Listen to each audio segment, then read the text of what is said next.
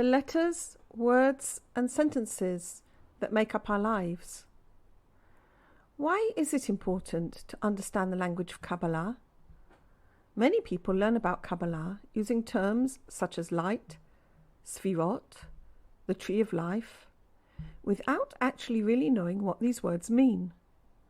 But this is a shame, because when we learn the meaning of the terms in the Kabbalah in an accurate way, we obtain a precious key to the wisdom of our sages. In Jewish tradition, tremendous emphasis is placed on the actual words used. The great commentators on the Torah derived meanings, even halachot, laws, from the precise words and even their spellings as they appear in the Torah.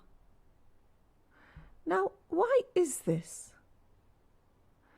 The Kabbalah, which is the innermost aspect of the Torah, teaches us that the letters themselves are specific vessels for the light of God.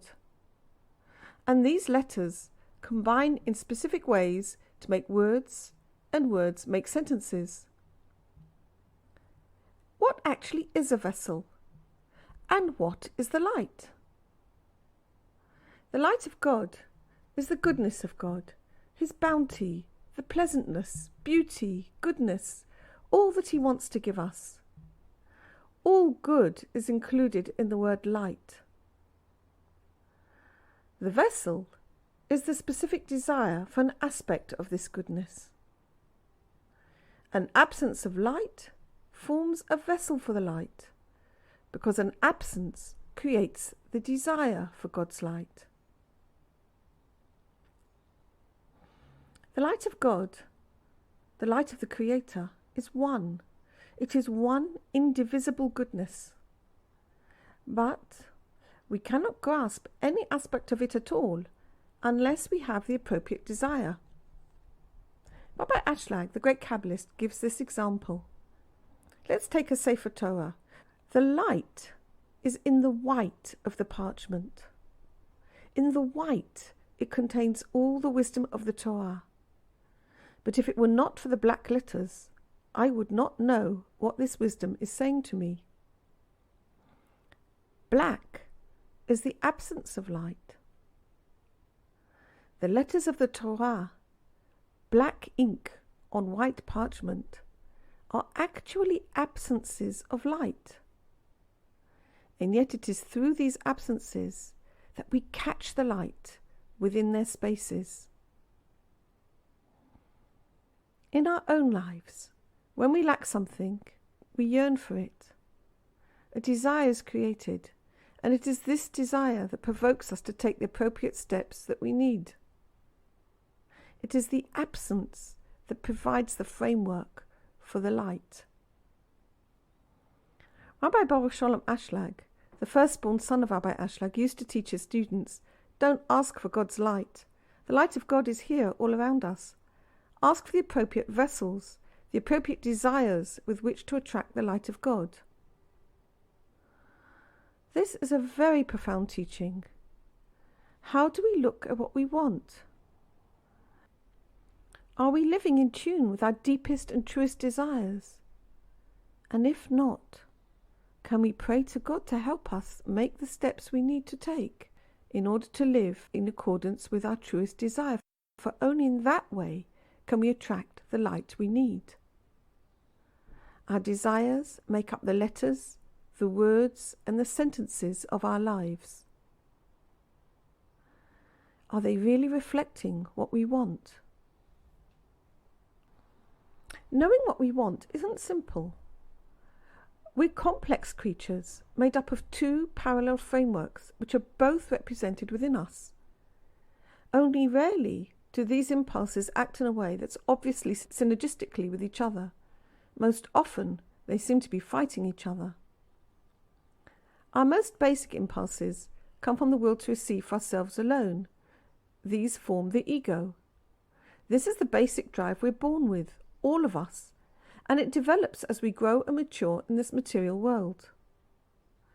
Together with that is born within each one of us a point source from the framework of holiness. This manifests the desire to unite with God, with our source, our creator. How can we do that? One way is through the conscious intentional practice of Torah and mitzvot, or, if we're not religious, through the study of the wisdom of our sages and the practice of good deeds in an unconditional, altruistic way. Our development within the framework of holiness is step by step, as we allow the point source within us to grow and develop. It's better to do a little bit each day than to aim too high and get frustrated. And this is because when we choose to act according to the framework of holiness, according to our higher impulses, our basic ego tends to rear its head and protest. So every day we're faced again with the same choice. Which of the frameworks are we going to choose? This is not a theoretical choice, but a moment-to-moment decision made up of little steps and of little decisions. Like children first learning to write, we make individual letters and then words and finally sentences, bringing the letters together to make the story of our lives. We can be helped by studying the letters and words of the Torah, because through the Torah we can discover the letters and words that are appropriate for our soul as well. This is because the Zohar states, Oraita kutshabrichu v'Yisrael chadhon. The Torah, the Holy Blessed One, and Israel are one. The term Israel refers to the soul, because the word Israel comes from the word Yashar El, straight to God. So the Torah, God, and the soul are all the same essence. As we learn the Torah, we're connecting with God and with our soul. That's why knowing the language of the innermost aspect of the Torah, the Kabbalah, is so important for us, because then we can apply this great wisdom to our lives. We don't have to feel that we have to invent the wheel by ourselves. Each one of us, although an individual, is part of the great chain of humanity that stretches back through the generations, a chain of which we form a unique and integral part. Today, we're going to look at one word of the Kabbalah. The relationship that the vessels form with the light is termed in the Kabbalah zivug. Zivug is also the term we use for the relationship between a man and his wife. The term zivug implies the union of opposites. It is the union between male and female, the union between giver and receiver, the creator and the created. How can this union come about when the two sides are opposed to each other?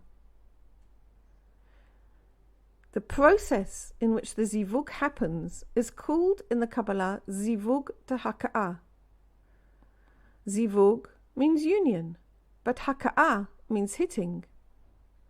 The desire of the light is to give, and the desire of the vessel is to receive. Well, on the surface, nothing seems more simple. Let the light give to the vessel, and everything's hunky-dory. But, although that seems logical, it's not what works in practice. There's a spiritual principle that two spiritual entities that are acting in opposite ways are actually very separated from each other. Only when they are acting in similar ways can they unite. So, if the light is giving and the vessel is receiving, they're actually opposite and separated, and the light cannot enter the vessel under these conditions. But a compromise comes about when the vessel starts to receive, not according to its own desire of receiving, but because it comes to understand that the light wants to give, and it wants to help the light fulfill its ambition of giving. So then its action of receiving would actually be an action of giving. In order to make this real and not some sort of fiction, its first action is simply to give all the light back. That is the action of haka'ah. That is the action of hitting. It is the action of refusal to accept the light. Even though it does have a desire for the light, because that's what first attracts it to come, nevertheless it hits it back. It gives it back. it refuses to receive in its original way. Only by doing that first can it then receive for the sake of giving pleasure to the Creator, because it is first let go of its own desire. An example of such an event is given by Rabbi A슐la그. He writes, "It's in the nature of a person to value and hold dear the quality of giving benefit, and to be repulsed by and despise the quality of taking from one's fellow. Let's take the example that if somebody comes to another person's house and the host asks him to eat, even though he may be very hungry, he refuses to eat because he doesn't want to just take from a gift from his fellow. But if the host beseeches him repeatedly to join him in a meal to such an extent that it becomes obvious to him that he'll be doing the host a great favour if he eats his food, then he agrees to eat with him, because now he no longer feels he's receiving a gift and the host is giving to him, but he feels the opposite. He now feels that he's the one who's giving the host the pleasure by the fact that he's accepting. So even though hunger and appetite are the usual vessels for receiving food, and this guest did have sufficient hunger to receive his host's meal, nevertheless he didn't want to taste even the smallest thing because he felt shame. But when the host began to entreat him and he began to refuse, and that refusal is what we would call haka'ah, is the giving back, there begins to form within him new vessels for receiving the meal. As the power of the host's entreaties and the power of the guest's refusals grow stronger, in the end they grow to a sufficient measure to transform the guest's quality of receiving to one of giving, because now the guest is able to believe that he's doing a favour and bringing great happiness to his host by the fact that he's receiving from him. And thus new vessels for receiving the host's meal are formed. When we're in a relationship of any kind, whether it's between a spouse or between parent and child or neighbours or friends, we do come across our own desires, which are often opposed to those of the other ones. How can we deal with this? How can we deal with these conflicts? At a wedding that I was present at this week, in which the Khatan, the groom, spoke of the relationship with his bride, which had been developing over the last year, he became aware that every time that he reacted to something difficult between them, using his own desire to receive, that tended to drive them apart. But if he first refrained from reacting, just held his peace, choosing instead to try to give empathy, understanding, holding pattern, he found at the end a deeper love between them, waiting for them both, deeper than he'd ever experienced in this life before. To me, that is a perfect description of the process of zivug to haka'ah, the way the light comes into the vessel. It represents the tension that exists between two frameworks which can be within ourselves or within each other, the framework of the ego and the framework of holiness. If we can first refrain from using our default nature, that of the ego, we can allow something new to develop, something exciting, something deeper, something higher. We can allow the entry of light into the vessel in a way we haven't experienced before. And it is new, because light uniting with us is always new, always unexpected, and brings us to a level of consciousness beyond any previous experience. And that is zivug.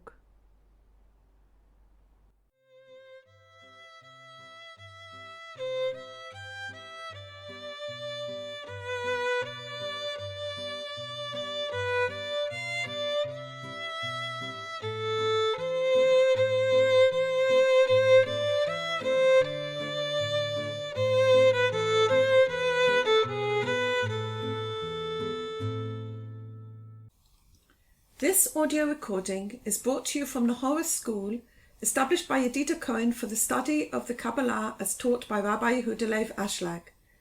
Studies with Yedida Cohen are available through the Horus School online. Details at www.horus.org. www.nohoaschool.com or www.nohoapress.com.